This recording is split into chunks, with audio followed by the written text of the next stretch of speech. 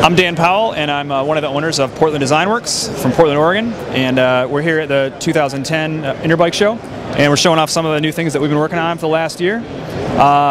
We've had, for the most part, just grips and pumps and lights, but we're really going to start getting more into cargo in the next year or two.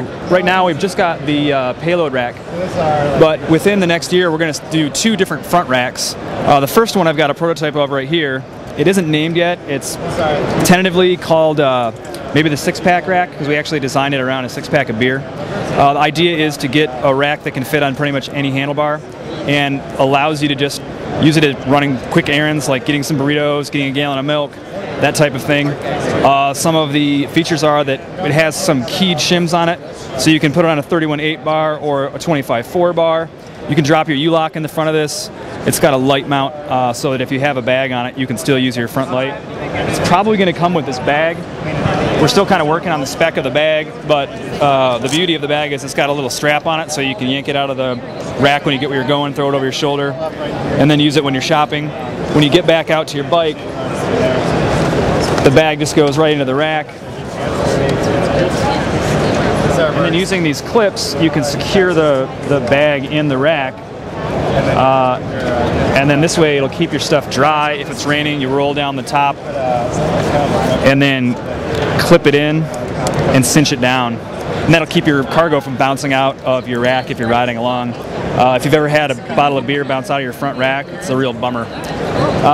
Some of the other stuff that we're working on that's real new, let me just run around the wall real quick. Is an all-metal rear fender called a Machete. For years we've just always seen people that have really nice road bikes, you know, like a 7 or any Fab, and they've got a cheap plastic fender on it. So we've been working, this is actually one of the products that was part of the impetus for Portland Design Works. We started working on it in 2008, and we're getting really close to having it done. So it's stamped aluminum, stainless steel hardware, and it'll come in brushed silver or gloss black. And I think these are going to retail for about 45 bucks. It's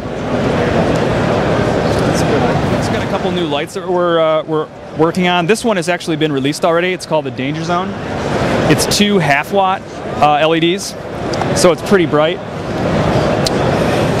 You've got a real simple, real mellow flash pattern, and then you've got a kind of more obnoxious, guaranteed to be seen flash pattern, and then on. There's no bolt that holds it together. It actually clips together, which makes battery changing a lot easier than typical lights where you've got, you know, a bolt holding it together, but it also won't blow apart. It looks like it's got a much better clip. Yeah. And then this is the new front light that we're working on. It's called the Cosmic Dreadnought. It's 110 lumen headlight, so it's very akin to a 1 watt.